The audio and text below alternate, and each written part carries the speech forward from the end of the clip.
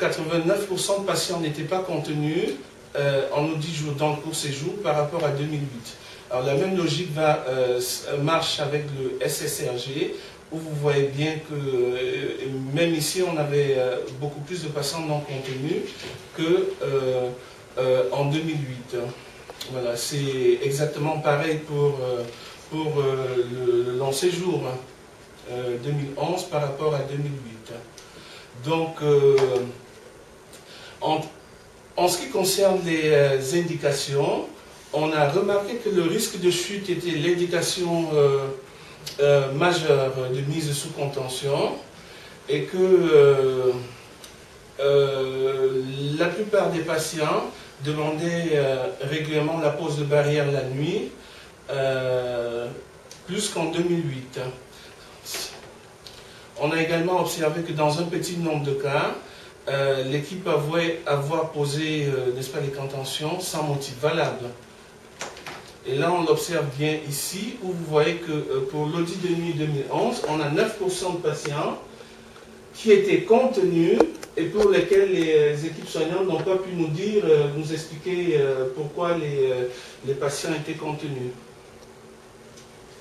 Donc, au vu de tous ces résultats, on a donc retenu des points forts. C'est-à-dire que l'intimité et la dignité étaient toujours respectées pour ce qui est de ces contentions-là, le critère 6 des recommandations de la Haute Autorité de Santé, que les matériels de contention sont adaptés dans la plupart des cas, le critère 5, et que des activités quotidiennes avaient été maintenues en long séjour, sauf au long séjour, faute de temps suffisant. Juste une parenthèse, au long séjour, nous n'avons qu'un kiné qui passe à 40%, ce qui n'est pas très faisable dans le sens des activités quotidiennes. Donc, à côté de ça, on a aussi observé des points faibles, c'est-à-dire que pour l'immense majorité des contentions, la prescription initiale, le critère 1, il n'y avait pas de prescription médicale initiale. Il n'y avait pas non plus de réflexion pluridisciplinaire. Et il n'y avait pas d'informations fournies au patient et à sa famille, notamment en ce qui concerne la traçabilité. Voilà. D'autre part, des aspects importants n'ont pas été respectés, à savoir le renouvellement de la prescription médicale, ainsi que la surveillance des patients qui étaient contenus. Voilà, donc il s'agira donc à moyen terme de sensibiliser les équipes aux défauts actuels du pôle en matière de contention.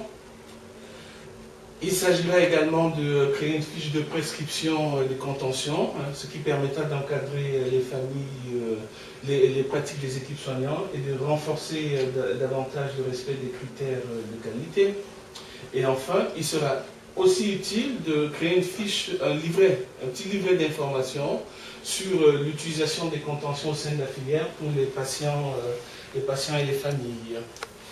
Mais à côté de ces objectifs d'amélioration que nous aurons à réaliser à moyen terme, on a eu du concret. À savoir que les résultats des 2 audits que nous avons eus au mois de mai, on les a expliqués aux différentes unités, différentes équipes soignantes des différentes unités, pour qu'elles prennent conscience, n'est-ce pas, de l'intérêt de la diminution de la contention au sein du pôle. D'autre part, nous avons conçu une fiche de prescription des contentions, dont il ne manque plus qu'à ce qu'elle soit mise à titre expérimental dans les différentes unités. Et enfin, nous sommes en train en cours d'élaboration d'un livret d'information sur les contentions pour les familles et les patients. Donc, dans le champ des perspectives, il s'agira donc de réaliser encore deux nouvelles enquêtes, selon le principe de la route de demi, à moyen terme, pour apprécier davantage l'amélioration des pratiques de contention au sein du pôle. Et l'on espère que d'ici là, n'est-ce pas, le nombre de contentions va davantage diminuer, mais surtout, Surtout, non de moins que la qualité pour les contentions qui seront posées sera améliorée, notamment en ce qui concerne la traçabilité. Enfin, nous avons la mesure de satisfaction des patients et des familles en ce qui concerne la fiche d'information sur la contention devra elle aussi être également envisagée. Je vous remercie. Eh bien, merci. Très bien. Sur ce diapositive, il y a quelque chose que vous n'avez pas évoqué qui m'intéresse beaucoup, c'est l'utilisation des matelas à air, dont on voit que, je parle de mon service, il légitime des barrières. C'est-à-dire que les barrières qui sont couvertes d'eau propre, quand il n'y a pas de matelas à air, deviennent quelque chose qui ne pose plus de problème. Ce qui, je trouve, un sujet. Et donc, c'est quoi ces nouveaux matelas à air? Il n'y a plus de risque, parce que là, ça va. De plus en plus, on a, cette année, pratiquement, on a eu dans le pôle 15 matelas à air qui ont été achetés, en plus des matelas à air qui existaient.